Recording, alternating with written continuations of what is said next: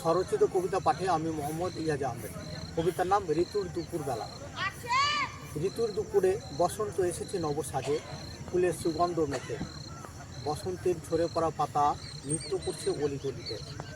সারি সারি গাছ দাঁড়িয়ে আছে পথের ধারে, পথিকদের স্বাগত জানাতে আমি হাঁটছি। পাতারাও হাঁটছে, গাছে ডগাও নৃত্য করছে। বাতাস আদরে চুম্বন দিয়ে যাচ্ছে। আম্রমুকুলের সুগন্ধ, ফুলের সুগন্ধ প্লাবিত করছে সমভূমিতে।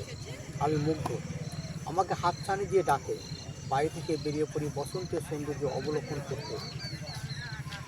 বসন্তের ভোর, বসন্তের সকাল, বসন্তের বিকেল বড় ভালো লাগে।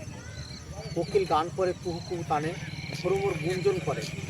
ফুলের সুগন্ধ মেখে বাতাস আসে, নতুন কচি পাতা আনন্দে নাচে। শিমুল, পলাশ, অশোক, কৃষ্ণচড়া মুখে হাসি নিয়ে ফুটে। ভোর নামতে মিষ্টি আলো মুখে মুখে সূর্য হাঁটে। পাতায় পাতায় আলো নাচে, আলো বাতাস ঢেউ খেলে সবুজে।